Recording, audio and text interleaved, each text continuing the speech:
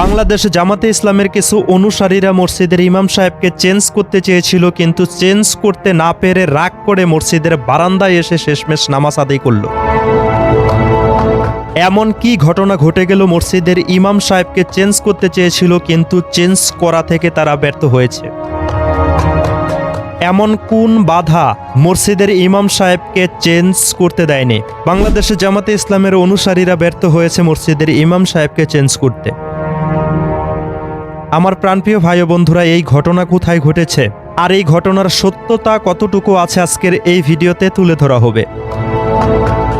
এমন একটা ঘটনা ঘটেছে ঝিনাইদহের একটা মসজিদের ইমাম সাহেবকে বাংলাদেশে জামাতে ইসলামের কিছু অনুসারী চেঞ্জ করে ফেলতে চেয়েছিল, কারণ বাংলাদেশে জামাতে ইসলামের মতাদর্শের সাথে মিল ছিল না। সেই কারণে তাকে চেঞ্জ করে তাদের পছন্দ অনুযায়ী মসজিদের ইমাম সাহেব রাখতে চেয়েছিল। আর তখনই বিএনপির কিছু অনুসারী মসজিদের ইমাম সাহেবকে চেঞ্জ করার কথা বলায় বাধা দেয়। বিএনপির কিছু অনুসারী একদম স্পষ্টভাবেই বলে, তারা বললেই কি আমরা মসজিদের ইমাম সাহেবকে চেঞ্জ করে ফেলবো? আমাদের মসজিদের ইমাম সাহেব একদম ঠিক আছে, আমরা মসজিদের ইমাম সাহেবকে চেঞ্জ করব না। বাংলাদেশে জামাতে ইসলামের কর্মীরা বিএনপির সেই সমস্ত কর্মীদের সাথে না পেরে শেষমেশ মসজিদ থেকে বের হয়ে মসজিদের বারান্দায় গিয়ে তারা নিজেরাই নামাজ আদায় করে ফেলে। এমন একটা ঘটনা ঘটেছে ঝিনাইদহে।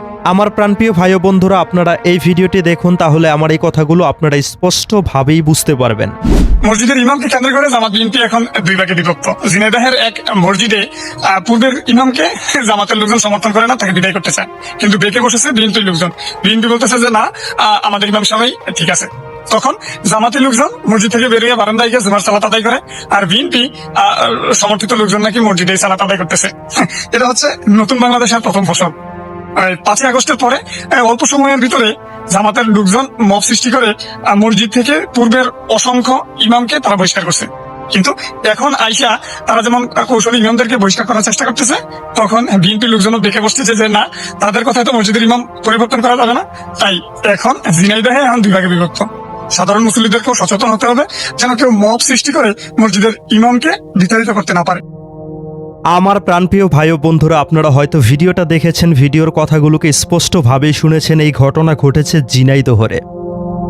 বাংলাদেশে জামাতে ইসলামের কিছু কর্মী মসজিদের ইমাম সাহেবকে পছন্দ না করার কারণে মসজিদের ইমাম সাহেবকে চেঞ্জ করার জন্য উঠে পড়ে লেগেছিল, কিন্তু তখনই বিএনপির কিছু কর্মী বাঁকা হয়ে বসে, তারা মসজিদের ইমাম সাহেবকে চেঞ্জ করতে দেয় না। আপনারা হয়তো কথাগুলোকে স্পষ্টভাবেই শুনেছেন, আপনারা দেখেছেন।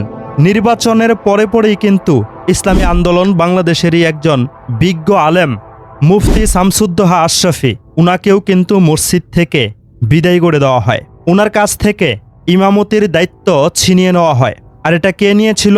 বাংলাদেশে জামাতে ইসলামেরই একজন অনুসারী, তিনি মসজিদের সেক্রেটারি ছিল। আপনারা হয়তো সেই ঘটনাটি ইতিপূর্বেই দেখে ফেলেছেন। সেই ঘটনাটি আমি আবার নতুন করে আমার ভিডিওতে দেখাচ্ছি না, ভিডিওটা লম্বা হয়ে যাবে। আপনারা দেখছেন বাংলা রিভিউ RBM। এই ভিডিওটি যদি ইউটিউব থেকে দেখে থাকেন তাহলে বাংলা রিভিউ RBM ইউটিউব চ্যানেলটিকে সাবস্ক্রাইব করে দিতে পারেন।